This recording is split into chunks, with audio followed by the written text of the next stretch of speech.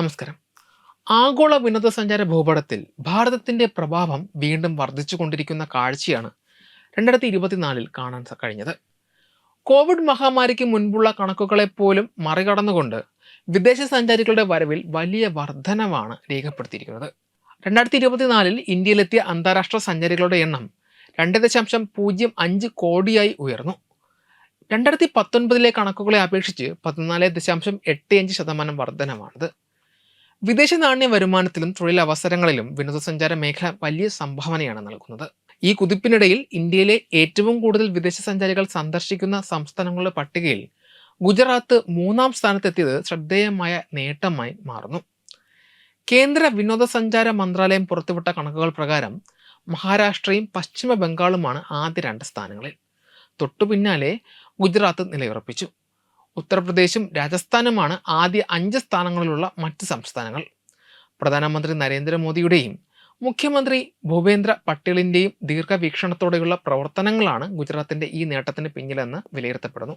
Statue of unity, Gir national park, white desert of Kutch, Somnath ക്ഷേത്രം തുടങ്ങിയ പ്രമുഖ കേന്ദ്രങ്ങളെ അന്താരാഷ്ട്ര നിലവാരത്തിലേക്ക് ഉയർത്തിയത് ഗുജറാത്തിലേക്ക് വിദേശികളെ ആകർഷിച്ചു. പ്രത്യേകിച്ച് അഹമ്മദാബാദിലെ മെച്ചപ്പെട്ട വിമാന സൗകര്യങ്ങളും വ്യവസായ മേഖലയിലെ കുതിപ്പും ബിസിനസ് യാത്രക്കാരെയും സഞ്ചാരികളെയും ഒരേപോലെ സംസ്ഥാനത്തേക്ക് എത്തിച്ചു. ഇന്ത്യയുടെ വിനോദസഞ്ചാര ഭൂപടത്തിൽ മുൻപ് മുൻനിരയിൽ നിന്നിരുന്ന കേരളത്തിന് വിദേശ സഞ്ചാരികളുടെ കാര്യത്തിൽ ഇപ്പോൾ കനത്ത തിരിച്ചടിയാണ് നേരിടുന്നത്.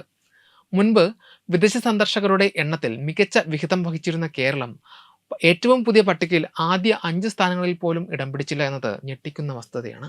രാജ്യം മൊത്തത്തിൽ കോവിഡിന് മുൻപുള്ള നിലവാരത്തിലേക്ക് തിരിച്ചു വന്നുവെങ്കിലും കേരളം ഇപ്പോഴും ആ പഴയ പ്രതാപത്തിലേക്ക് എത്തിയിട്ടില്ല. കേരളത്തിൻ്റെ ഈ ദുരവസ്ഥയ്ക്ക് പ്രധാനമായും ചില കാരണങ്ങൾ ചൂണ്ടിക്കാണിക്കുന്നുണ്ട്.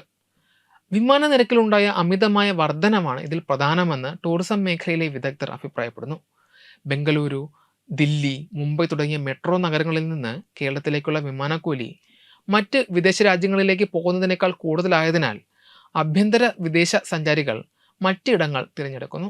കൂടാതെ യൂറോപ്യൻ രാജ്യങ്ങളിൽ നിന്ന് നേരിട്ടുള്ള വിമാന സർവീസുകളുടെ കുറവും കേരളത്തിന് തിരിച്ചടിയാണ്.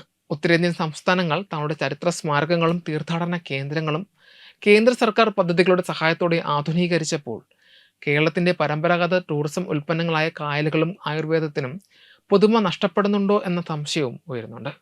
അയൽ സംസ്ഥാനങ്ങൾ വിനോദസഞ്ചാര മേഖലയിൽ നടത്തുന്ന ശക്തമായ മാർക്കറ്റിംഗ് തന്ത്രങ്ങൾക്കും മുൻപിൽ കേരളം പതറുന്ന കാഴ്ചയാണ് ഇപ്പോൾ കാണുന്നത്.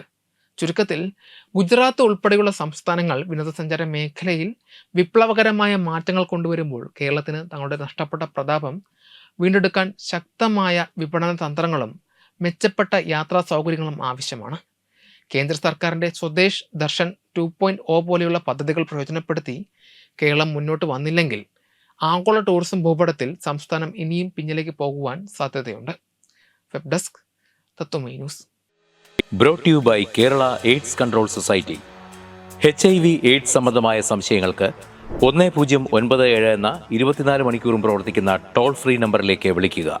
വാട്സാപ്പിലും ഫേസ്ബുക്കിലും ഒക്കെ സ്റ്റാറ്റസ് അപ്ഡേറ്റ് ചെയ്യാറുണ്ടല്ലോ. HIV സ്റ്റാറ്റസോ HIV പിടിപെടാനുള്ള സാഹചര്യങ്ങളിൽ കൂടി അറിഞ്ഞോ അറിയാതെയോ കടന്നു പോയിട്ടുണ്ടാവാം. എന്ത് തന്നെയായാലും മുൻകൂട്ടി പരിശോധിച്ച് HIV സ്റ്റാറ്റസ് അറിയൂ. സൗജന്യ HIV പരിശോധനയും കൗൺസിലിങ്ങും ആരോഗ്യ കേന്ദ്രങ്ങളിൽ പ്രവർത്തിക്കുന്ന ICTC അഥവാ ജ്യോതിസ് കേന്ദ്രങ്ങളെ സമീപിക്കുക. നിങ്ങളുടെ സ്റ്റാറ്റസ് എന്തായാലും വിവരങ്ങൾ രഹസ്യമായി സൂക്ഷിക്കുന്നതായിരിക്കും.